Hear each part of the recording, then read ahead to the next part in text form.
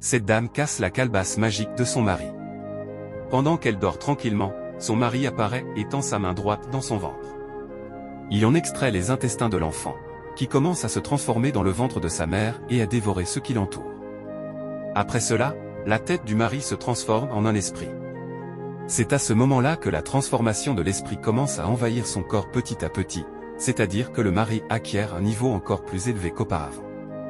Après avoir terminé sa transformation, il disparaît subitement. La femme se réveille alors en sursaut, attrape son ventre et ressent que quelque chose ne va pas. Elle regarde à gauche, à droite, puis appelle son mari, Only. Only. Elle se lève de son lit et continue de l'appeler. Son mari ouvre la porte et voit qu'elle a besoin d'aide. Il s'approche d'elle et la fait asseoir sur le canapé. « Tu as quoi ?» lui demande-t-il. « C'est mon ventre, répond-elle.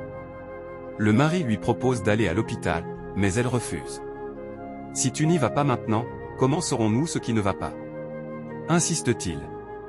Finalement, elle accepte d'y aller. Abonnez-vous et finalement, elle accepte d'aller à l'hôpital.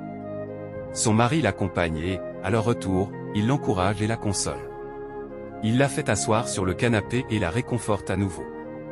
Elle se met à pleurer et croise les bras, bouleversée par la perte de sa grossesse.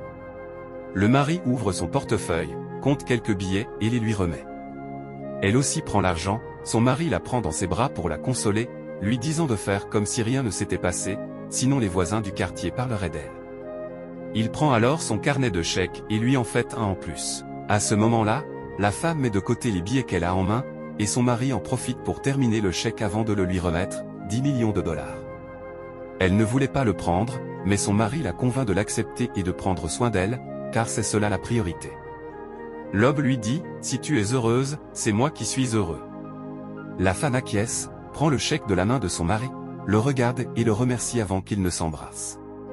L'homme se lève et lui dit qu'il revient. Elle regarde l'argent et esquisse un léger sourire, mais elle ignore encore que son mari est la source de tous ses problèmes.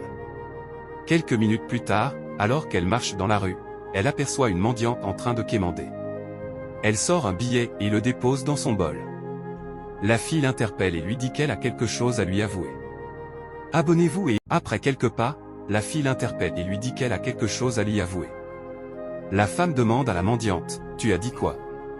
La petite mendiante lui répond, « Tu as un sérieux problème dans ton foyer. La grossesse que tu as perdue. C'est ton propre mari qui l'a mangée. Il occupe une grande place dans leur association. » La femme lui rétorque, « Ça ne va pas dans ta tête ?» Elle refuse d'écouter une seule parole de la petite mendiante. Mais la fille insiste et lui dit, « Après être rentrée chez toi, fous les affaires de ton mari. » La femme dit, « Si tu n'arrêtes pas de dire ça, je vais reprendre le billet que je t'ai donné. » Puis, elle met la main dans le bol et récupère son argent. La petite mendiante lui indique alors où retrouver la calebasse envoûtée et ajoute, « Dis à ton homme de se confesser. » De retour à la maison, la femme réfléchit à ce que la mendiante lui a dit. Elle décide d'essayer et entre dans le salon, où son mari est assis sur le canapé. Ce dernier lui dit, « Bon retour. » L'homme lui demande, « Il y a quelque chose ?» Elle répond, « Non. » Elle se dirige ensuite directement vers la chambre de son mari, se demandant si ce que la mendiante a dit est vrai. Elle ouvre l'armoire et commence à fouiller.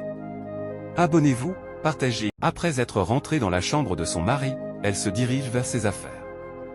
Premièrement, elle commence par ouvrir les tiroirs de la table de nuit, mais ne trouve rien, alors elle se dirige vers les armoires. Elle ouvre la première armoire et commence à vérifier chaque étagère, mais elle ne retrouve rien dedans. Arrivée devant la seconde armoire, elle commence par vérifier les tiroirs, mais ce qu'elle cherche, elle l'a déjà laissé ailleurs. Elle s'approche de la troisième armoire et l'ouvre.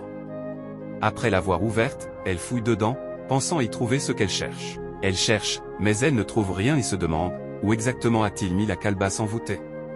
Elle ouvre le premier tiroir devant elle, mais il n'y a rien. Elle le referme et ouvre le second. Subitement, elle est surprise par ce qu'elle voit. « Seigneur Jésus, où êtes-vous? Protégez-nous contre toute chose dans cette vie. » Elle prend la calebasse envoûtée avec ses deux mains et se dirige vers le salon. Son mari, voyant son pouvoir entre ses mains, se met derrière elle et commence à la supplier de ne pas faire ce qu'elle s'apprête à faire. Sa femme veut casser la calebasse envoûtée. Ce dernier se met à genoux et commence à demander pardon à sa femme pour qu'elle ne le fasse pas. Sa femme lui demande, « C'est quoi ça? Qu'est-ce que tu as apporté dans cette maison? Son mari lui demande combien elle veut comme argent pour ne pas casser. Mais elle refuse d'entendre quoi que ce soit et lui ordonne de se confesser. C'est à ce moment-là que l'homme avoue tout. La femme lance alors la calebasse en l'air et la casse. À ce moment-là, son mari tomba par terre. La femme court vers la mendiante, la remercie et lui dit qu'elle n'avait pas cru ce qu'elle lui disait. La fille lui répond que c'est la vie, mais qu'avant de se marier à un homme, il faut toujours bien se renseigner sur lui. La femme décide alors d'emmener la jeune fille chez elle et de prendre soin d'elle pour la vie. Abonnez-vous pour ne pas manquer les prochaines vidéos.